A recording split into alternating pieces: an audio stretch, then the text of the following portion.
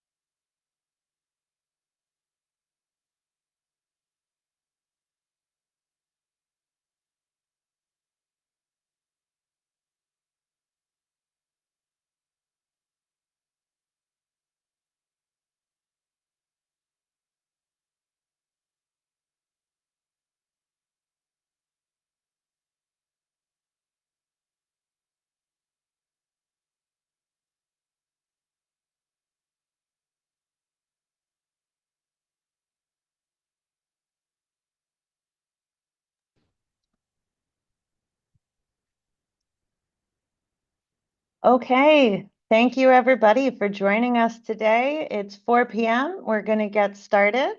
I'm pleased to see all of you here joining us for our very next installment of ICArEHB Dialogues. Today we'll be talking about community and social engagement.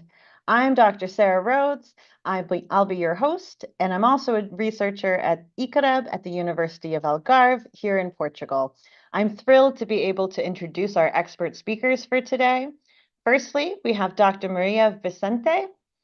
Maria Vicente is a coordinator of the Open Science Hub in Portugal, which is an innovative program from the municipality of Figueira de Castelo Rodrigo here in Portugal, aimed at involving citizens, schools, local, and regional stakeholders in research and innovative processes. They also develop tools for the sustainable growth of local communities and territorial cohesion. Maria holds a PhD in neuroscience from the Champalimaud Center for the Unknown in Lisbon, after which she changed gears and became responsible for their science education program. Maria moved to the interior of Portugal in 2017 to join the team that would start the very first hub of the Open Science Hub network in Portugal. This consortium of 9 European partners, coordinated by Leiden University, was later granted funding by the H2020 EU program in 2019, during which time Maria became international manager of the project at Leiden University. She moved back to Portugal in 2023 to begin her current role in the Open Science Hub here in Portugal. Maria is also vice president of the Portuguese Citizen Science Network, and we're very thrilled to have her joining us today. Thank you for being here, Maria. Dr. Sara Kansa, Dr. Sara Kansa is joining us as well. She's the executive director of the Alexandria Archive Institute, a California-based nonprofit organization where she collaborates on projects that advance data publishing and data literacy in various archaeological and cultural heritage communities. She has a PhD in archaeology from the University of Edinburgh and has spent more than 25 years conducting zooarchaeological research at sites in the Near East and throughout Europe. She served as vice president and then president of the International Council of Archaeozoology from 2014 to 2023, and she's a member of the Digital Technology Committee of the Archaeological Institute of America and co-chair of the Publications Committee for the American Association of Overseas Research. She's also co-editor of the journal Archaeobiology and executive editor of Open Context. She's a key member in a number of grant-funded projects, most recently as co-director for the Advancing Fair and Care Practices in Cultural Heritage project, funded by the Institute of Museum and Library Studies. Thank you so much, Sara, for taking the time to join us today. Dr. Sara Cura is an archaeologist and associated researcher here at ICArEHB with experience in prehistoric hunter-gatherers and lithic technology, as well as extensive experience in museology, cultural heritage management, science communication, and community engagement. She holds a PhD in quaternary materials and cultures from the University of Trás-os-Montes e Alto Douro here in Portugal, as well as a master's in prehistory from the Université Paris Panthéon-Sorbonne, and a master's in science communication from Nova University in Lisbon.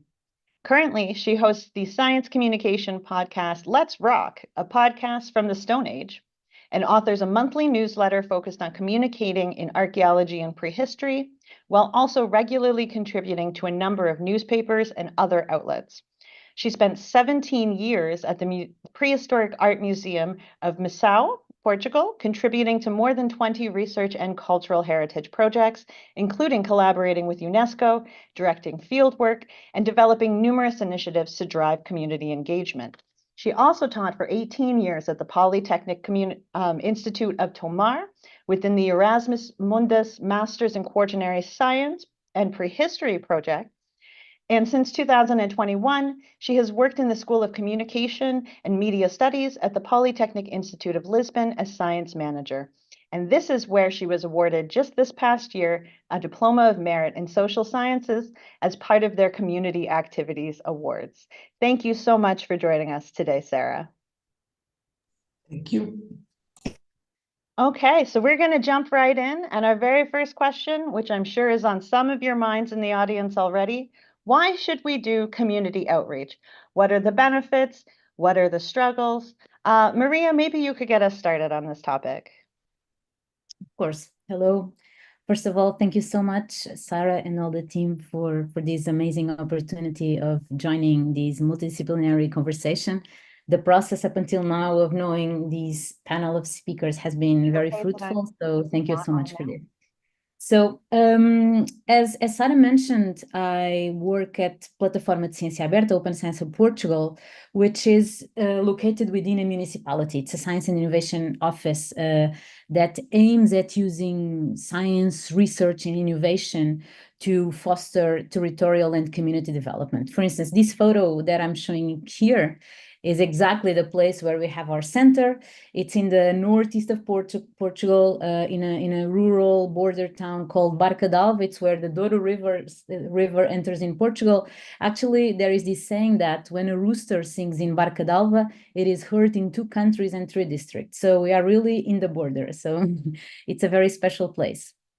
So in this, and although I'm from Lisbon, I moved to the interior of Portugal some years ago, and this is really a privileged place to do at the same time research and at the same time community engagement. And just to give you an example, so we are in a place where the population density is of around 13 inhabitants per square kilometer. For instance, in Lisbon is of 6,000.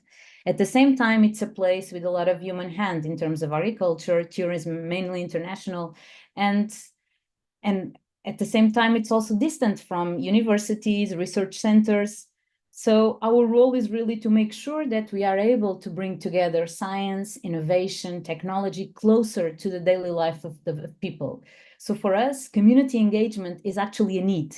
We need to make sure that people are involved in the research processes and that they actually contribute, they are part of the solution, so that we can all contribute to the research and we can all contribute to the community, to the development of the community of the territory. And I can give you just a very brief example. Some years ago, we started developing a project on agriculture and technology and innovation. So we are part of we are inside a natural park, which has 1/3 of this park has farming. So, and we know that agriculture can be a driver for the loss of biodiversity if it's monocultural, if it has a lot of intensive agriculture, a lot of pesticides and all that. So we started working with researchers to develop this software that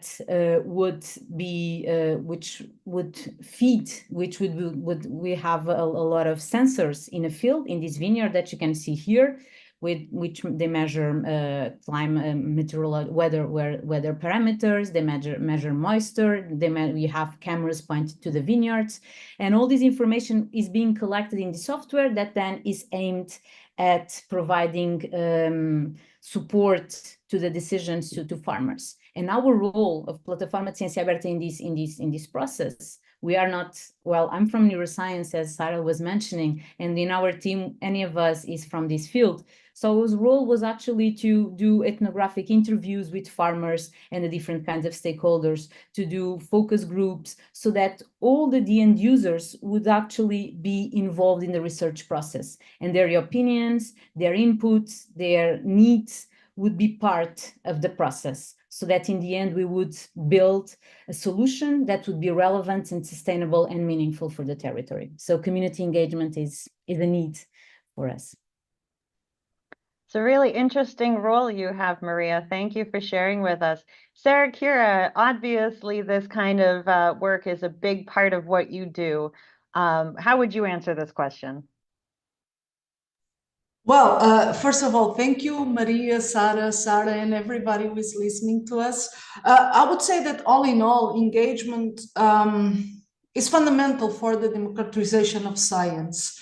And in our case, archaeologists, I speak here as an archaeologist, is fundamental for sharing our knowledge of the past. And I do believe that it's kind of also a responsibility, a social responsibility of us researchers to share and engage people in our work, mainly when it's funded by the public.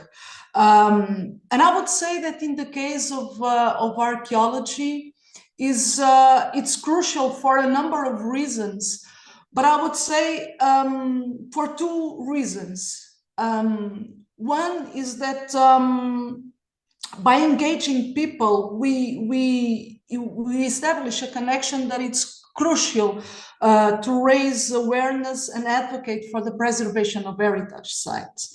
Because it's not the case of all of us doing excavations, but many times we are excavating in more or less remote places. I used to work, I have in common with Maria that I worked for many, many years in rural area of Portugal, the interior of Portugal, with a very low density of population and very aged population. So the thing is that most of the times we come back to our lab or the museum or the university and we are far away from our sites. And if we engage communities, they become stewards of their own heritage because they see the relevance. And we also establish meaningful connections. For instance, in the case of prehistory, it's not so easy to make a connection because prehistory is it's such a distant past that people often don't have a very tangible relation, and so therefore engagement is absolutely crucial. For another reason, for us, it obviously benefits communities, but it also benefits us as researchers, because when we share, when we engage persons in our work, we benefit from their knowledge. We can actually learn a lot from local knowledge because persons, they quite often have a very valuable insights about sites, artifacts, and mainly landscapes, because they really know their territory and their landscapes. And that benefits our research projects. One of the things that are a beautiful memory for me is that while I was working, I had the privilege of working in a museum for many years. So I was kind of always engaged with communities in doing outreach. One of the projects we had, I worked a lot with aged persons, elderly people. And I remember we did a project while I was teaching in the senior university. So I was teaching to very old persons, but very engaged about archaeology and sustainability. And we did a project which was the team. We can see here the photos of them in the field. It was called Water Memories. So we were collecting memories about water, about sites, and we actually ended up making an exhibition, a photography exhibition. But the thing is that they became so involved with the assignment that in the end, they convinced the mayor, the local authorities, to restore a couple of fountains that they thought, this is the fountain, I have memories about this site of my youth, and I want it restored, and it ended up happening. So I think it's really important to gauge. It's a win-win for all, for communities and for us. Really lovely story, Sara. Thanks for sharing. Lots of smiling faces in that photo too. Hard to follow, but Sara, Kansa, tell us about your feelings on this topic, why we should be doing community outreach. Thanks, Sara. And yeah, again, thank you so much, Sara, to you and your team for organizing this dialogue. And also, I'm honored to be speaking here with you, Maria and Sara. So the perspective that I bring to this dialogue is outreach by publishing open access data. Open Context publishes archaeological data in an open access framework, and we establish links between the data sets that we publish. So this is working towards democratizing access to data. And while we do the cleaning and the publishing, while that's sort of one part of that process, and it can be relatively straightforward, what happens to the data once they're published is not really well understood. So data reuse is hard, accessing and understanding the data collected by others. So while we continue to publish data sets with open context, we've also been focusing on developing tools and processes for people to both understand and reuse the data from open context, and also from other web-based resources. So this is the kind of outreach that we do. It's not to any particular community, but it's rather to the data reusers broadly. where we're hoping to improve the intelligibility and use of the data that's being shared on the web. So in a way, we're supporting community outreach without being directly involved in a specific community per se. Not everyone supporting community outreach is going to be directly involved in the communities themselves. Open Context is one effort, providing what we hope are quality data sets for various uses, and many of which those uses that we don't know. So we're part of a wide community that's supporting various forms of community outreach. I guess this shows how community outreach isn't a solo thing that every scholar has to do by themselves. Some people have skills in certain aspects of making things intelligible and relevant to various communities, while others have bring other skills. So as for the why do we do outreach part, I agree with what Sara and Maria have said about the importance of connecting with people and communities outside of the academic sort of bubble to see the relevance of archaeology in this case in everyday life. Archaeology and the humanities and social sciences more broadly are great for questioning power, questioning assumptions, and questioning institutions. And the archaeology and these related fields provide sort of a lens where people can develop those skills to question things and to fight disinformation, for example. It also allows us to imagine different possibilities of what the world could be. So helping people learn from the past helps them imagine a better or just a different future. Lovely note to end on, Sara. Thank you. That's what we're trying to do with dialogues as well. Okay, now that we've answered why we should be doing this work, I think the next question that's probably on a lot of our audience's mind is, how do we measure success or the impact we make when we're doing this kind of work? Maria, could you start us off again? Of course. So first, I think I would start by questioning what is actually success and how we define success. And given that we are all interacting with so many different publics with different kinds of objectives. So for instance, in a photo that I have here, you can see, so this is a participatory session. It's a kind of format that we do a lot. You can have different kinds of formats, but it's a way of collecting input and opinions and bringing people in for a given topic. And for instance, in this specific table, we have a student, a teacher, an NGO, and a policymaker. And we are discussing something. So for instance, in our case, Plataforma de Ciência Aberta, a way of measuring success in community engagement is the willingness and the openness of people to participate in these kind of sessions, because it's not a passive way of participating. It's actually, you actually involved in a process. You are going to give your opinion. You are heard, and you have expectations about what is going to happen and what is going to follow up also from these kinds of sessions.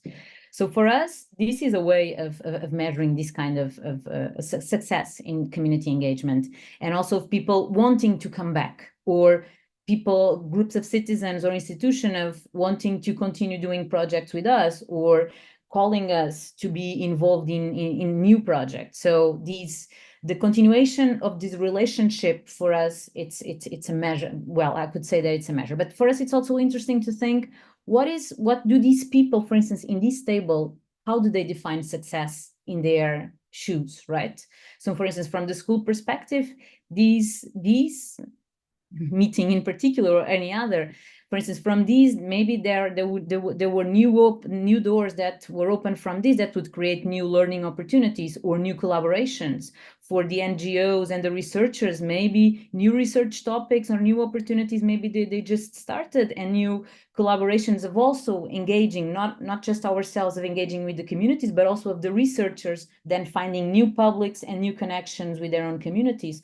Or in the case of policymakers, of them recognizing the importance of science in society, and then these leading to further institutional support or funding support.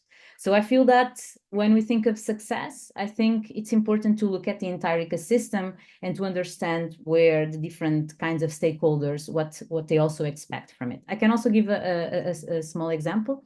We are working on a project which is about assessing food environments in communities, and how the availability of food in different food establishments is going to influence your own food choices, right? You might, maybe you want to be super healthy, but then if you're going to a restaurant or something and you don't have the options, this is going to influence what you eat and all that. So and what we're focusing on adolescents and young adults, because it's a phase of their life where they start having autonomous decisions about their food choices.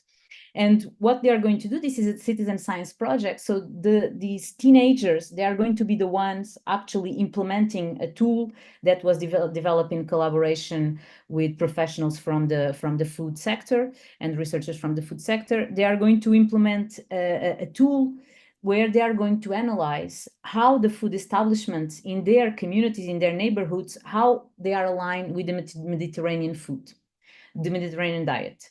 So what we are going to do so that people, well, our point here is not to point the finger to restaurants, right? And to say, oh, you are aligned with the Mediterranean diet and you're not. The idea here is to actually foster a sense of common responsibility, that we are all responsible for how our community eats and our food choices.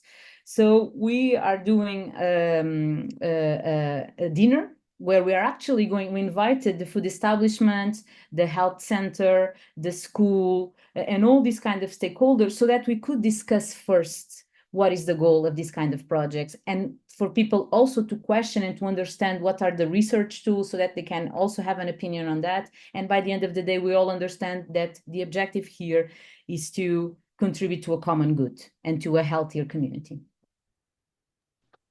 Really good example, Maria. Thank you. Sara, Kansa, I imagine success looks a little bit different to you and your group. Maybe you could tell us about that. Sure, yeah. In the case of the data sets that Open Context publishes, success is difficult to measure because we don't know what people are doing with the data.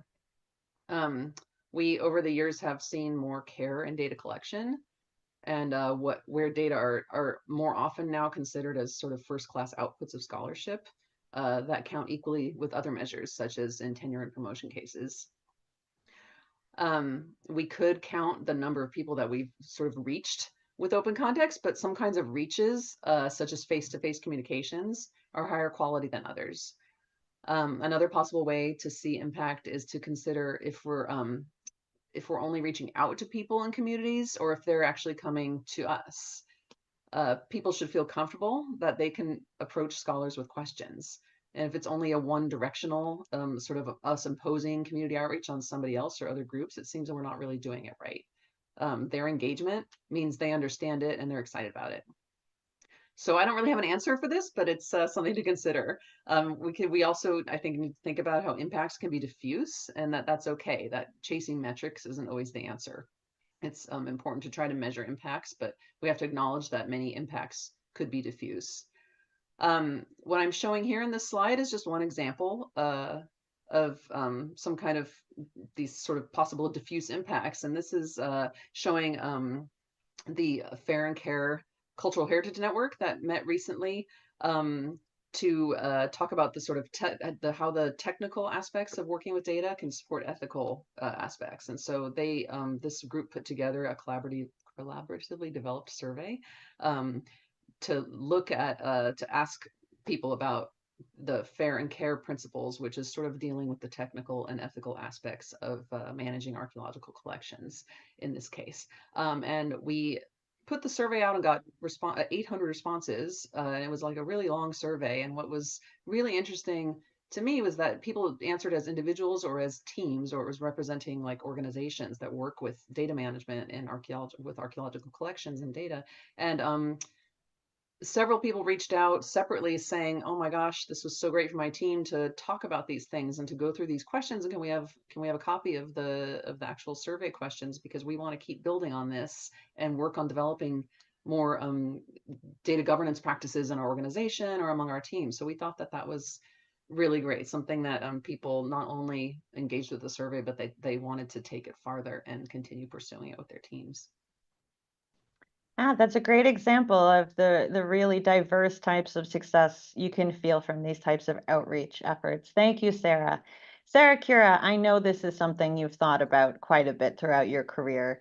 How do you define success when it comes to these outreach initiatives? Yeah, well, I follow Maria and Sara. Success has many faces, and it's not easy to measure it, and it's rarely translated by numbers, although numbers might be important.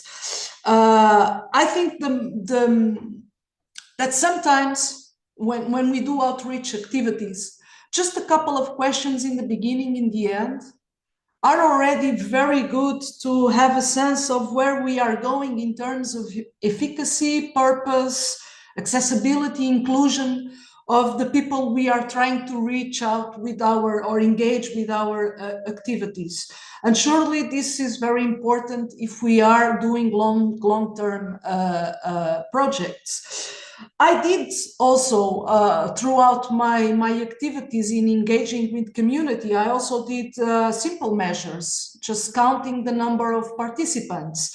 And it's a simple way to know the reach of the activity. But I would say that this kind of metrics are more useful as a benchmark, but they don't really give us what we need. Because why are we measuring? We are measuring because we want to improve. We want to have a direction. We want to make it better in engaging, in accessibility, in inclusion. That's why we are measuring. And I think that qualitative ways are better.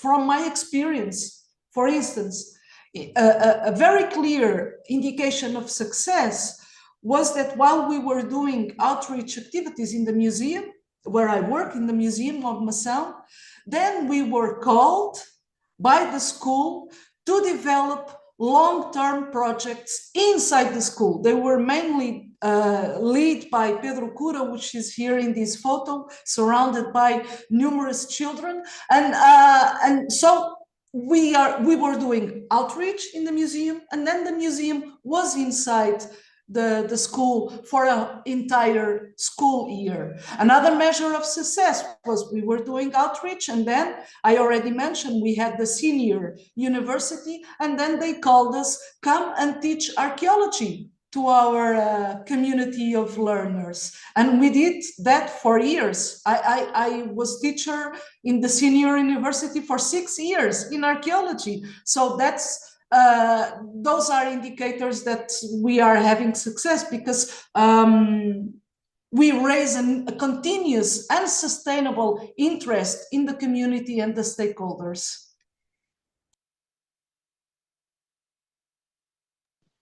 Okay, thank you so much, Sara. So now that we know why we should be doing outreach and how we can measure our success or not measure it or try to, let's move on to what's probably the next question on people's minds. How can we balance the demands of academic work with our community outreach efforts? Sara, you seem to have made a career out of this. Maybe you can give us, sorry, Sara Cura, maybe you can give us some ideas how you manage this. Well, balancing can be very difficult and challenging for researchers, because engagement actually is time consuming. It requires time, it requires planning and thought. And we as researchers, we are always short of time. We have a lot of demands. And there is also another important thing. Here we see the results of an inquiry that was made by scientists asking what were the obstacles they faced while doing communication or engagement. And the fact is that we have too many solicitations. And also an important thing that we face is that outreach, engagement, and our science communication is not, it's changing, but it's not so valued for career progression. And this demotivates more or less. Why are we engaging in these activities? Because we are struggling to have a career. science is very precarious. People often, unfortunately, are struggling to maintain or secure a position. So this makes it difficult. And another thing is that it requires a little train and practice. If you get some train on this kind of work of engaging with communities, then it's more easier to put it along your research. The thing that I always did, well, I always benefit from the fact that I was a researcher, but also working in a museum. So outreach was kind of also my duty. I did it, and I was fortunate to have the conditions to do it. The thing that that is important is that engagement, community engagement, is planned right from the beginning alongside scientific work. So things just grow together, and we have efficiency in our activities, and we save a lot of time if we have the possibility to do this planning from the beginning. Thank you, Sarah. Really great points. Maria, I bet you and your team approach this a little bit differently. Tell us about it. Yeah, so we are a municipality, right? And we are not a research center, or although we are a science center and museum, somehow part of the Ciência Viva network. So the way that we have actually designed, shaped Plataforma de Ciência Aberta was actually to be in between the research and the community engagement, and we would act somehow. I really like this expression of knowledge broker, which is this entity, this mediator, this middleman that tries to bring together all these different kinds of perspectives and try to build a common vision, common objectives that are long-term. That's important as well. So I think our role, and that's also a challenge that I honestly like very much, which is also to try to find what is a situation when there's going to be a win-win situation for a researcher and also a win situation for the community, you see? So we need to find the questions, the issues, the challenges, the methodologies, right? The impacts that are going to be fruitful for all this ecosystem.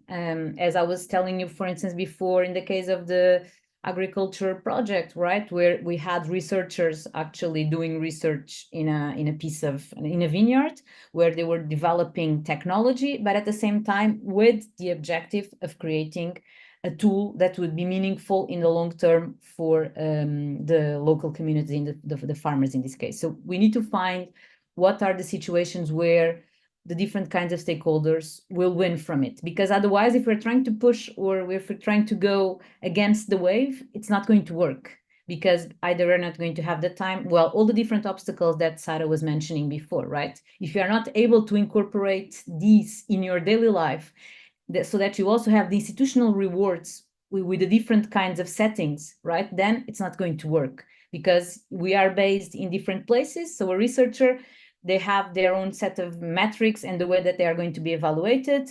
A farmer has their own set of metrics as well. A mayor has their own set of metrics as well. And somehow they all need to check their boxes. So, and we are somehow in this middle ground. And for it, I can also share somehow a dream that I have and we have in our team, which is somehow to think of how municipalities could actually have this role of innovation hubs in these territories, or of knowledge brokers, where they actually can be these knowledge transfer hubs, where they are actually they are working so closely with their communities, but then they have all the legitimacy to work with the entities where the knowledge is being produced, and this can be very bidirectional. At the same time, you can also create jobs at municipalities with technicians that are specialized on specific topics, and then can be also mediating between, again, the needs and the knowledge, and in a very fluid way. Yeah, thank you, Maria. Having just prepared this event with you three, I can say I can definitely see the need for these brokers to navigate between the different shareholders. So thank you for that insight. Sara, Kansa, I think you've taken a bit of a different approach than Sara and Maria. Why don't you tell us about how you've balanced these various demands within academia and whatnot? Sure, yeah. So yes, I've taken a different approach. I'm committed to the kinds of outreach that we do with open context, but as Sara mentioned, it's not work that's really very rewarded from a professional or metrics perspective. Um, our solution to this was to basically do this work in our own way, outside of traditional academic careers. So we formed a nonprofit organization in order to do this kind of work and this kind of outreach, and that we want to do without having the demands of a traditional academic position. And this is largely grant funded, so we can kind of do this in our own time and in our own way. Without being sort of beholden to the, I guess, common sort of metrics and demands of a traditional academic career. So this image here shows one such effort. This is the Networking Archaeological Data and Communities Project, NADAC, which is supported by the National Endowment for the Humanities here in the US. It's a community building program for scholars to come together, mostly online, monthly, and also in person, to develop their data-focused projects, share their work with each other, discuss things like community outreach, and learn from each other. And this is the kind of project we're able to support because of the alternative academic path that we've chosen. For some research agendas, outreach is imperative, such as working with Indigenous communities. And this kind of thing is getting more recognition lately in archaeology. But recognizing community outreach efforts isn't necessarily something that occurs across the board. The demands, like I said, the demands are typically for academic research papers, not necessarily for community outreach. Another point is that community engagement requires building organic ties. That is getting to know people, developing reciprocal relationships with them. So it takes a lot of time, and it doesn't necessarily fit the view of sort of students as customers and the metrics that we use to see the value of academic contributions. The way that we measure and thus value academic contributions, again, doesn't fit with this community engagement. They value quantity over quality, impact, and professional success. That often reduces this to numbers rather than relationships and outreach beyond the ivory tower. So it's not to say that it's always bad, but you really have to be careful because certain things are easy to measure and certain things are really hard to measure. And measuring the value of social relationships is really hard.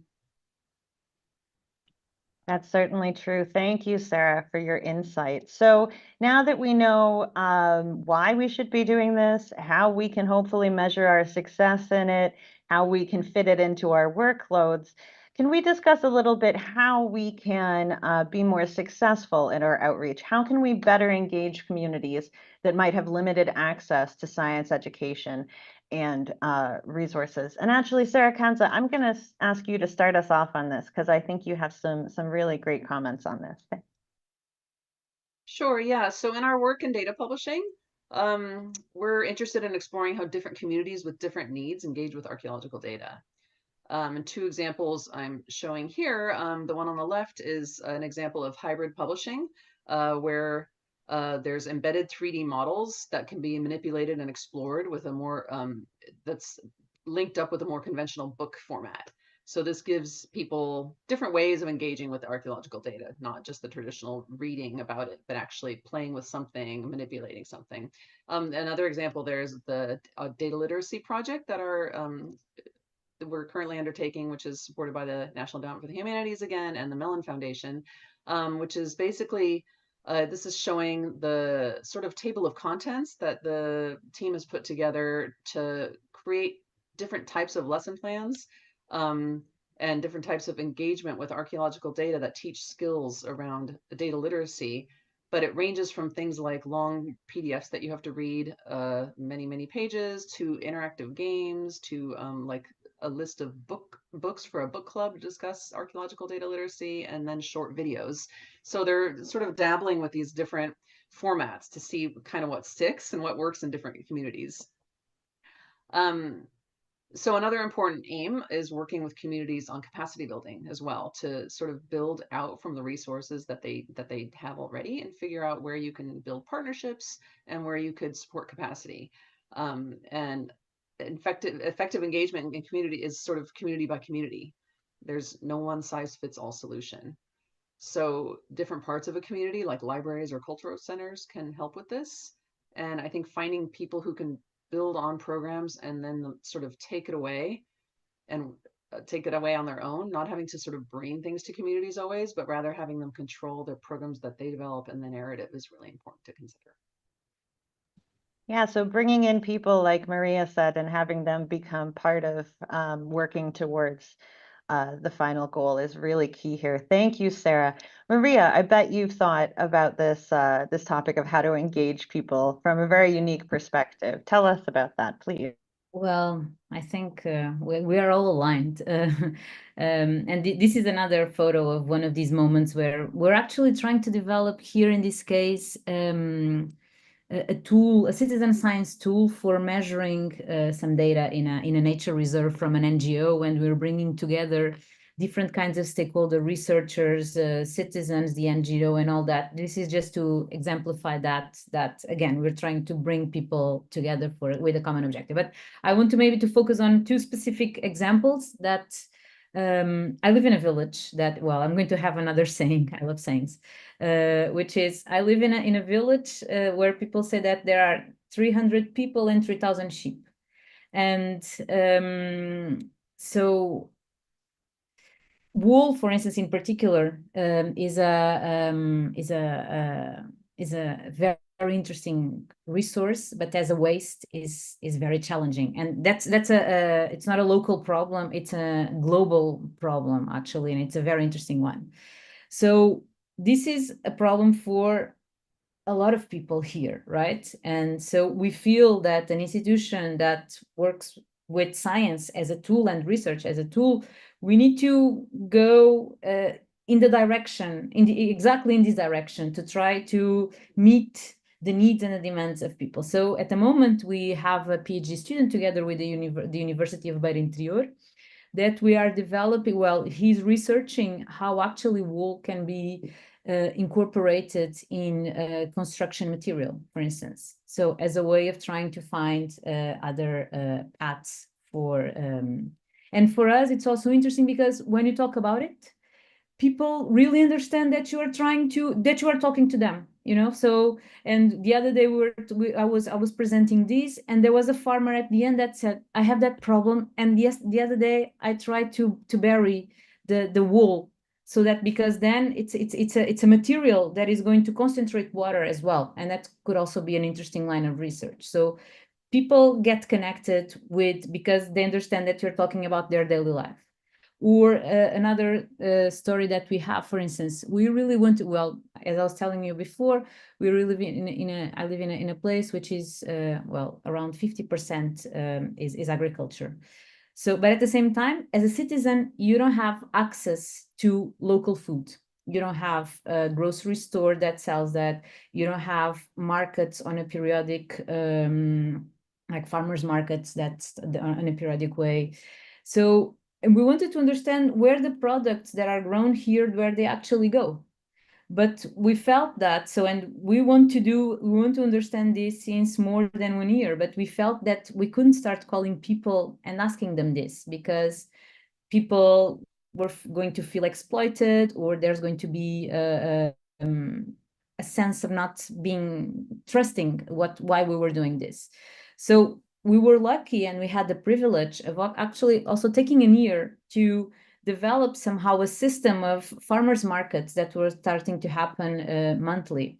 And this gave us the opportunity of knowing who the people are, of knowing them, of us. And I think there was a message also here in the chat for the questions, which for us in this case, the fact that the people know us and they have an expectation, and we live in the same place where they live, and we are not jumping from outside there just to make a project. Now we feel that we have the opportunity of engaging with this group of people that we wouldn't have 1 year ago. Really great point. So it's finding that unique way for that community to build a sense of trust and a sense of shared goals. Yeah, great. Thank you, Maria. Sara Cura, what do you think about engaging communities with limited or different access to education and resources? I'm sure that you've run into this in your career. Yeah, I did, and it's quite a challenge. I had the opportunity to engage and work with communities that had very low school education. And the thing is that I had to meet them where they were and then bring them with me, meaning that I had to choose the appropriate language. In case of archaeology and heritage projects, use oral memory and create relatable activities that resonate with their own lives. And then we can have progress and engage in activities that are enriching for all of us. But I want to mention one very important thing with communities accessibility is that in engagement, we also have to bear in mind that it's very important to consider people with motor, visual, hearing, or neurodivergencies, difficulties, or disabilities. It's quite a challenge. And here I bring the example of the outstanding work which is being developed by Spanish colleagues, Juan Ribarra, Berta Morel, and they have this project of inclusive science. Well, now this is a big challenge for us because to engage these communities, we really have to think well, plan well the activities, and sometimes they require communication strategies, creation of communication pieces, and sometimes they require equipments that we might not be able to get. So it's really challenging. Nevertheless, there are solutions that can be done if we really think about it. Sometimes it's easy to create an easy pathway to visit an archaeological site. Sometimes it's not so difficult to create tactile materials. It's not at all difficult to ensure that all our videos have captions. And it's for me, it's really important to integrate. And last but not least, a very important thing is that if we feel that we have a lot of difficulties, we can reach out to associations and organizations that are devoted to each community needs or health problems, and they are very willing to help. I remember many years ago, we decided to make an exhibition, an archaeology exhibition. I was part of that project for people with visual disabilities and blind people. And so while we were trying to plan how could we do that exhibition, we reached out to the National Association of Blind and with Visual Impairment people. They came, they meet us, and they helped us through the whole process until the exhibition became a reality. So there are a lot of ways to include these persons also in our engagement activities. Yeah, so we need to reach out for our community's help when we have issues or challenges reaching out to different communities. Really great examples, Sara. Thank you. Okay, so we're going to move on to our last question, and one that's only slightly self-serving, as Dialogues is very heavily advertised through social media platforms. Are social media platforms the most effective way to reach the communities we want to reach? Sara Kansa, what do you think about this?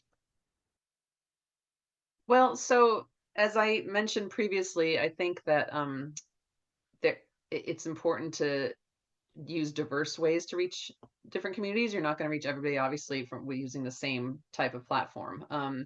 I think, and yeah, depending on the generation of the community or the location of the community or the format in which they engage with each other, it's important to sort of try a whole bunch of different things. And so this is actually just showing one specific example of, again, from our data literacy program that I mentioned earlier. And this is developed by our two postdoctoral scholars, Paulina Perstupa and Megan Dennis, this is trying to teach one aspect of engaging with data about the FAIR data principles, so making data findable, accessible, interoperable, and reusable through the use of a sort of a choose your own adventure type twine game. And so it's a mystery that they put together, where you would you go in and you are able to learn about these important concepts in working with data by walking through a sort of a mystery game.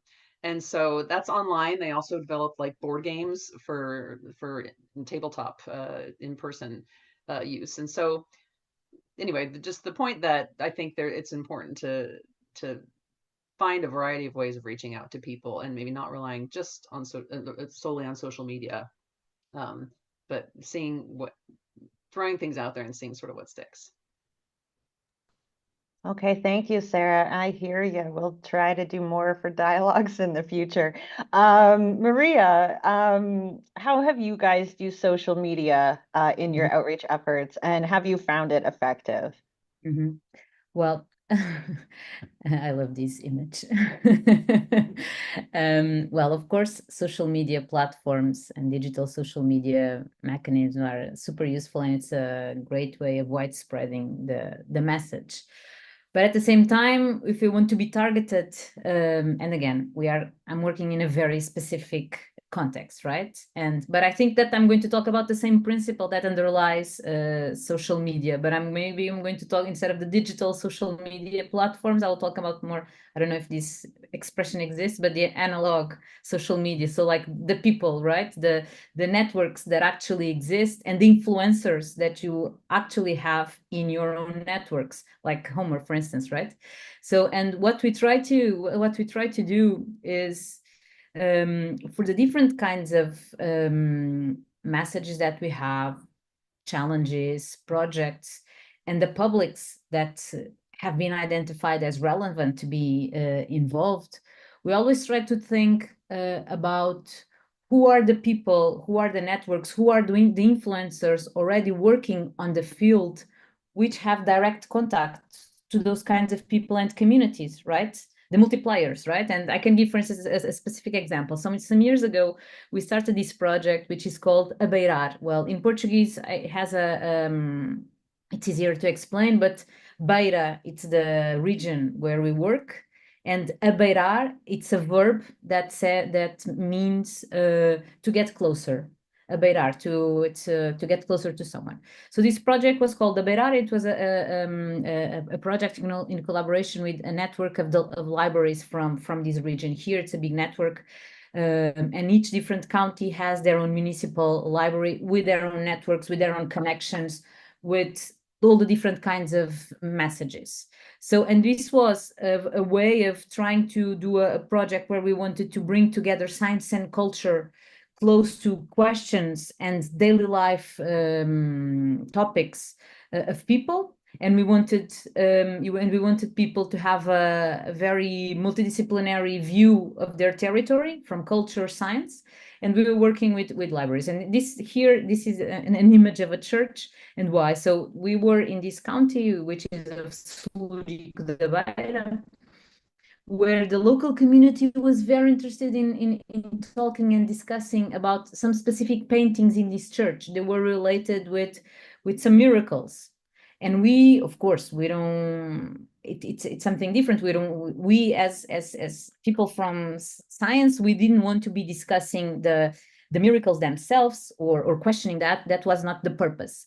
So our way of approaching this question was actually to talk about uncertainty in scientific research within this context.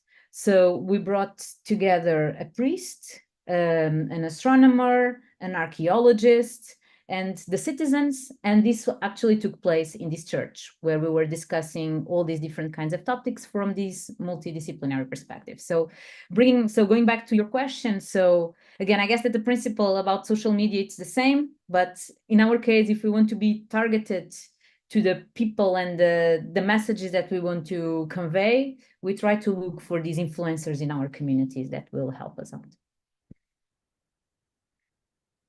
Really great points, Maria. Thank you. Look for those Homer Simpsons that know everybody and they can share your messages. Sara Cura, how have you utilized social media, or is it something that you haven't used extensively? Tell us a little bit about your experience. Well, social media have a bright side and a dark side.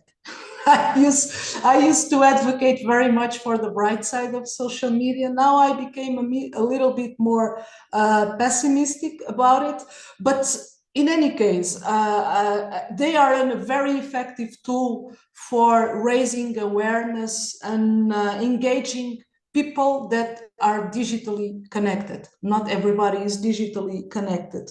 The thing is that I do use social media a lot, but I'm not so sure if it's effective as I would like it to be, because social media is very fast moving, and to keep audiences engaged, you need to create all kinds of content that require some expertise and require some time, like short videos, for instance. And then it's also an endless struggle with algorithms, that they are constantly keeping our content away from people. So the reach is actually very, very small. And of course, there are all these kinds of possibilities that we see here for different generations, for digitally engaged people, and they are really effective, some of them with some age groups. But the thing is that, for instance, in social media, you need to produce content that it's not very long, but sometimes our message has a lot of meaning, and it's complex, and it's not compatible with such short time and the short attention span that we see here. So there's kind of this tension between us engaging archaeology, science, heritage, our message, and the velocity of these platforms.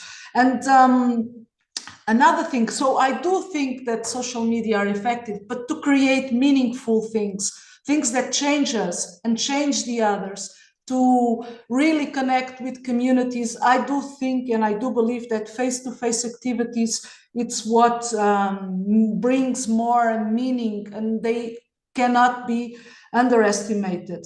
And of course, if we speak about digital connection and social media, we have to remember not everybody is connected to the internet. And so this is a thing, because sometimes when we speak about social media is a bubble, and you think everybody's there, but it's not true.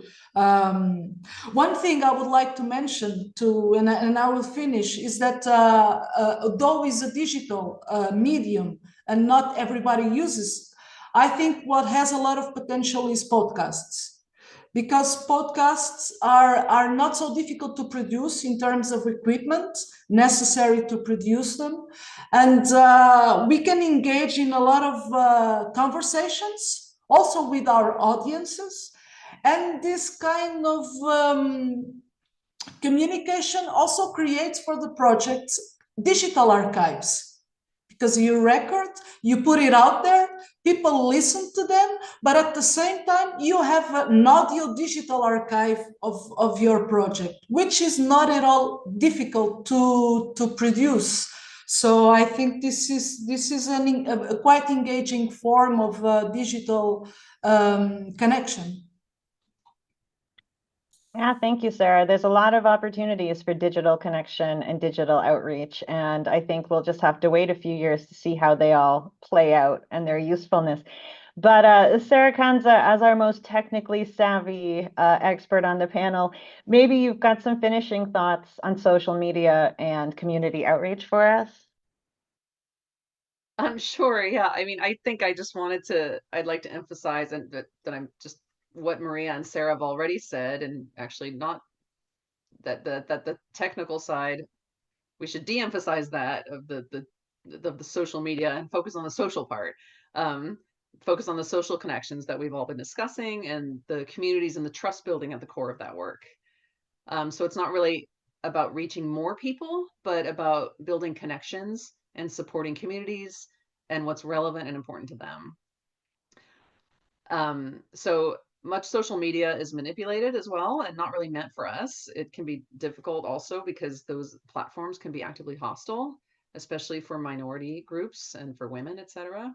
And there can be dangers there. So we need to focus more attention and on face-to-face community building in the real world, and make sure that our social media is toward that end rather than being than building a social media presence only. So it should really serve the real social connections among individuals and communities. Thank you, Sarah. And thank you for letting me add the final slide to emphasize that point, so I can steal all your thunder. But this is taken from a few years ago at Thunderbird Cave, where I worked, when we had a community outreach and engagement day. And I think it just summarizes what can be real success in these endeavors, which is a bunch of smiling faces of people really interested in what you're doing. In this case, despite being afraid to go back into the cave because of a lot of traditional beliefs about the cave, we still had a great time. And similar to what we've done today, it was a really lovely day. So thank you all to all three of our experts for being here today and discussing this topic with us in detail and their work. We're going to throw it now to the question and answer period. So we've already got a couple of questions in the queue from primarily from ICArEHB people. So all of the audience, I'm calling on you now. If you have a question, add it to the YouTube chat and we'll be sure to address it. But our first question comes from one of our PhD students, Jovan. He says, how do you approach engaging the locals in a personal sense? Do you find it necessary to make yourself known to them, engage with them before you start the outreach activities? And Maria, I think you could probably speak to this question. What do you think about that? Well, I would say, well, I'm also from Lisbon, and I just I came to live in a place where I didn't have any personal family connection, anything. But I live here, right? I live in a village, and well, I think even throughout all my answers, I think my answer was always towards the yes, right? That people need to understand your reasons, the purpose why you are doing these kinds of things. Well, it doesn't mean that you don't need to get involved personally with the people, to have a personal relationship, but people at least need to understand your intentions and why things are happening. And I can actually give an example of a very challenging moment of our which happened this year. We are part of a municipality, right?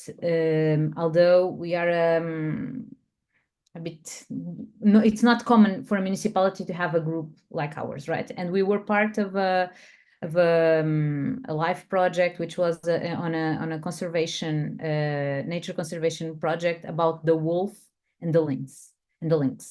And we are in an area which has a lot of farmers, a lot of cattle raisers, and the question of the wolf, it's a difficult one. And so the first press release that we had in the project was released more or less when at the same time when we had in the beginning of the year all these farmers demonstrations throughout Europe. They were also happening here in Portugal and in this region in particular. And when they saw our Facebook message that, oh, the project is going to start, blah, blah, blah, we started having some comments that we noticed that could lead, because people are not understanding exactly. Again, we somehow said we were going to work on a project related with wolf conservation, but at the same time, we didn't engage with the people before for them to understand what was going to happen. That all the fear and misconceptions related to this topic, they just started to arise. And so on those same days where there were these huge WhatsApp groups to organize these demonstrations, there was a citizen from here that put their message saying that more than 1,500 wolves had been released here in this region, which was a lie, right? But hundreds of people read that. And that raised a huge feeling of concern from the mayor. I had the mayor calling me at midnight asking, Maria, are we doing this or not? So, and I got myself into a meeting of farmers with more than 100 farmers, where in the end, I just wanted to tell people, and this was actually not a, well, this can lead to many different types of conversation, but in the end of this meeting, in a meeting where people were discussing something different, I was there just to say, hey, everyone, just look at my face. I live here. This is the face that you need to know who it is if you have a question about this topic. We are not doing this. This is a lie. And I gave my phone number to everyone there. So, and this was very difficult. But at the same time, I felt that particularly in these kind of topics, which are very important, relevant, and sensitive for communities, it's important that in the day after, you are going to meet these people in the supermarket, you are going to deal with the children at the school, that people understand that you are part of this community and that you have the same concerns as well, but simply you have a different opinion, and maybe we just need to sit together and try to find common solutions. So regarding this specific question, I would say, yes, you need to, well, at least you need to show that you care, right? And that you are doing particularly these kind of questions for a reason that is not your personal ambition research question, is because you have an objective that is the same of the community where you are working with on these specific questions.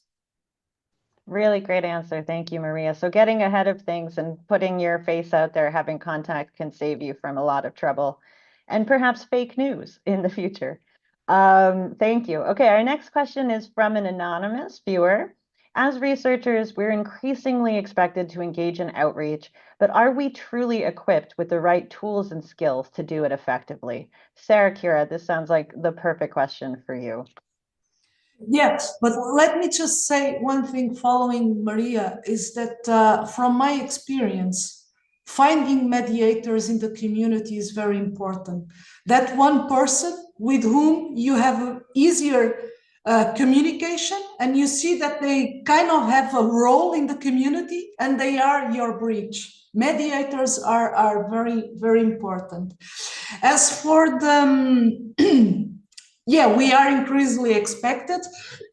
Sorry. Now, for instance, if you call on funds, you are supposed, when you write the grant application for your project, you do have to include dissemination and science communication. So it's being more and more demanded. And the fact, as I showed before, in that inquiry to scientists that were saying we have difficulties with science communication, it's because sometimes we don't find the right opportunity or the right audience to do it, and others answered that I don't have the skills to do it.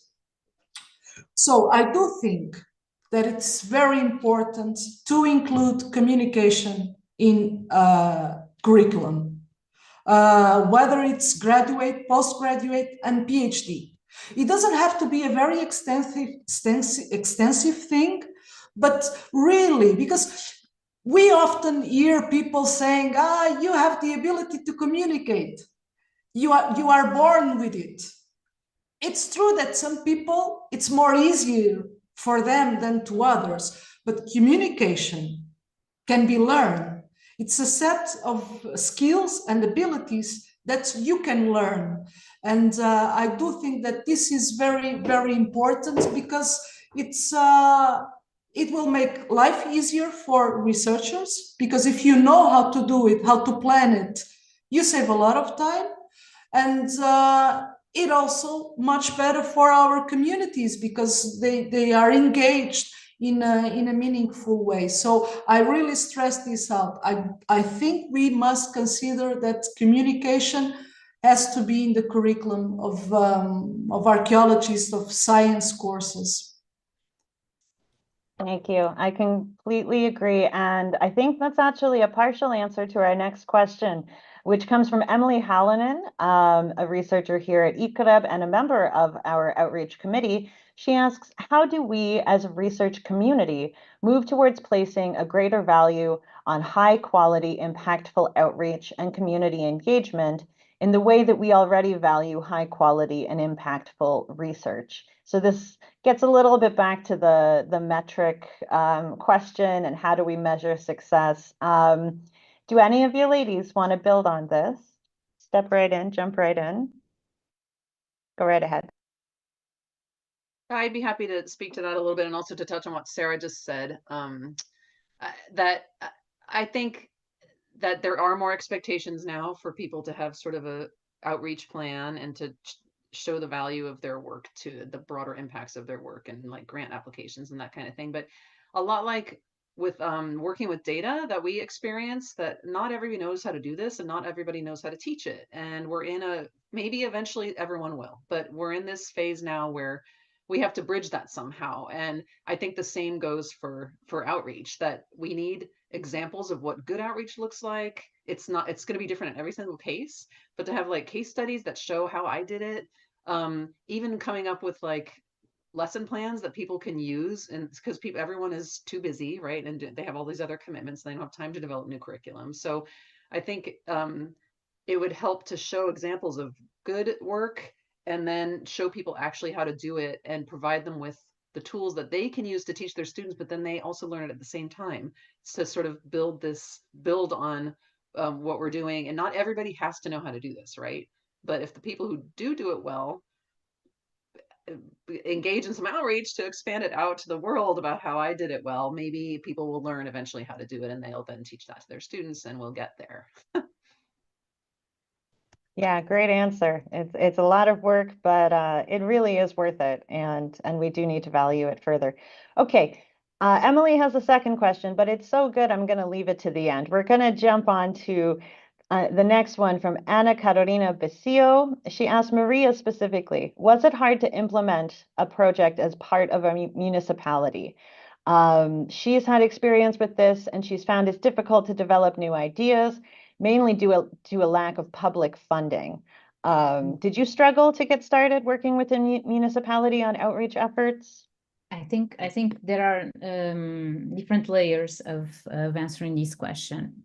One is that the municipality, well, this is not a collaboration with the municipality. It is actually the municipality that decided to embed this in their daily life practices. Let's put it like this. So there was an objective for the municipality, right? It's something that they decide to do it. So there was already a pre-intention. So in that sense, it's not as if someone is bringing just an idea and the municipality needs to decide it. So they need to be somehow they want to make this part of their institutional strategy. Let's put it like that. So I think that was an advantage in our case, although this started as a collaboration between the municipality of Figueira de Castelo Rodrigo and Leiden University.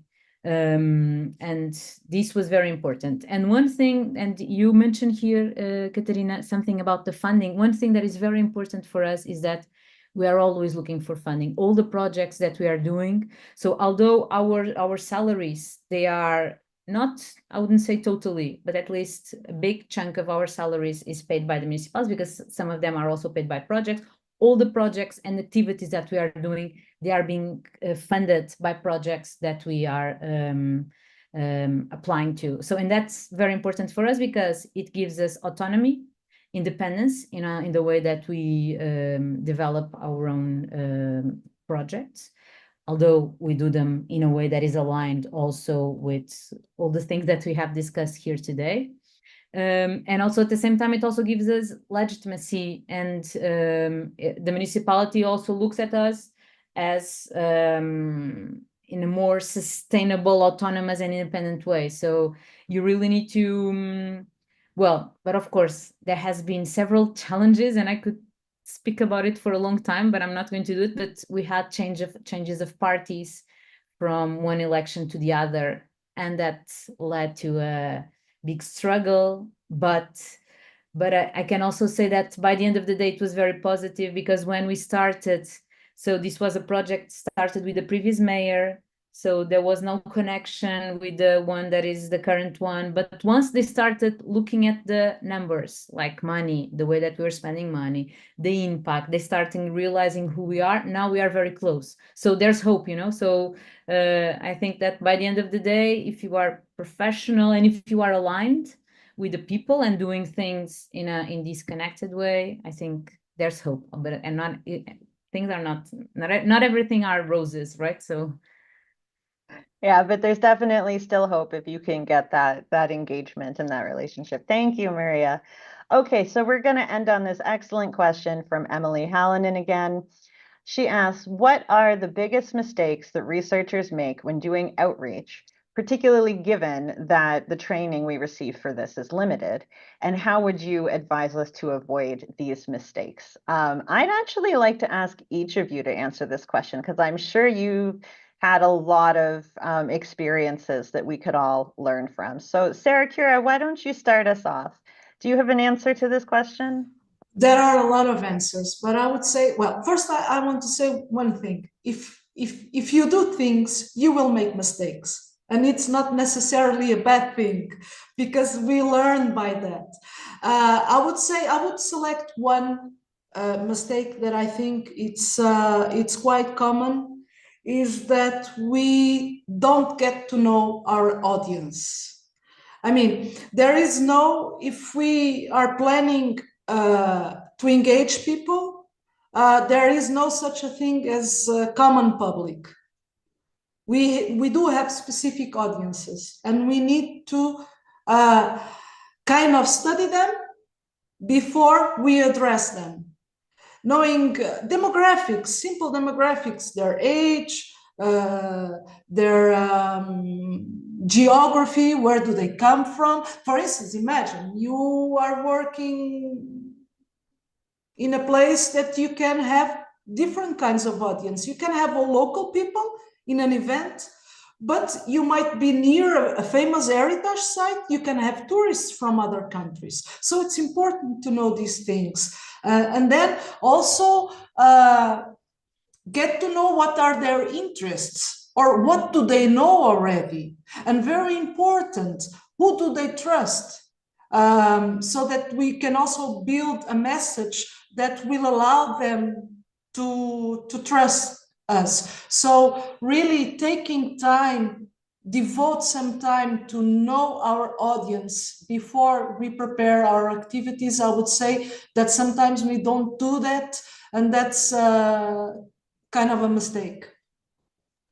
Very good advice. Thank you, Sara. Maria, do you have another example of when you might have struggled or Well, I was something that actually you going to focus on the same thing because Okay. one of the things that going from the mistake to the learning, right?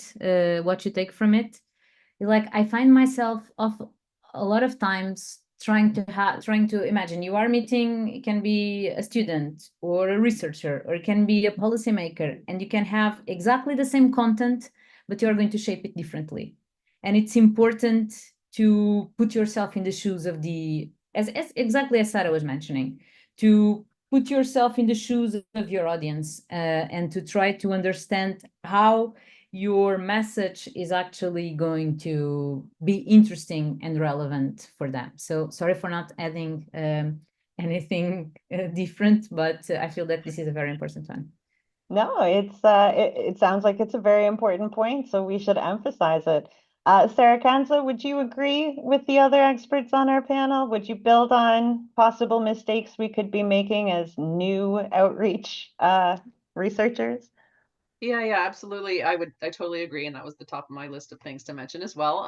From a archaeological data management and sharing perspective, yeah, I think that not listening is one of the biggest problems that can happen. Like going into a community that where the data is relevant to them and not and having your sort of idea about what you want to do, having your research agenda or whatever, and not listening to them and what their needs might be around it. So I think related to that, otherwise it comes across as, very extractive, and that's not fun for anybody. You don't want to have that kind of relationship. And so going in, listening, and being okay with longer timelines, and being willing to pivot, to change your plans based on what the feedback is from communities about what they want. And I mean, working in the US, so much archaeology, like 80% or something or more of archaeology is conducted in cultural resource management, in settings where work is being done that is related to tribal lands and to tribal peoples. And so having conversations with people from the beginning of the project to talk about what you're going to be doing, listen to them and what their needs are. This is really important. And I think it just doesn't happen that much. And so that survey that I mentioned that we did, we found that one of the outcomes was that we saw that people actually, the places where they say they do engage, it seems to be more at the sort of point of dissemination where, oh yeah, maybe I'm going to be publishing this paper. Maybe I should talk to the community there and tell them that I'm doing this. Whereas, and there's not a whole lot of engagement at the planning process at the beginning of the research. So yeah, being more open to listening, willing to change things as needed, and build these long-term relationships of trust that may not necessarily fit within timelines of academic research goals. Yeah, exactly. Okay, so outreach has to be part of our research from the start, and we have to acknowledge the community aspect of it in basically every bit of the outreach we do. Thank you, ladies, so much. This has really been a wonderful event to put on together. I'm happy to thank Dr. Sara Kansa, Dr. Sara Cura, and Dr. Maria Vicente for being here today, taking the time out of your busy schedules to help us with our outreach and communication. Thank you so much. We're going to share all of their contact info and whatnot on the ICArEHB website and in all of our Dialogues posts. And I'm thrilled to announce the next Dialogues event will be taking place this coming boreal spring in 2025. We're going to continue this idea, this thought experiment. What if you had a time machine to change the future? And we're going to talk about technology in society. And we're thrilled to already be able to announce our own internal speaker is the wonderful Dr. Vera Alderas from ICArEHB. Yeah, and we're really looking forward to it. So everybody in the audience, check our Twitter, our YouTube, all our social media outlets, and we'll be updating you about this upcoming event. Once again, thank you so much, ladies. Thank you to our expert speakers for all their contributions today. It's been a pleasure. Thank you. Thank you all for being here. And until the boreal spring, take care. And yeah, thanks so much. Ciao. Bye-bye.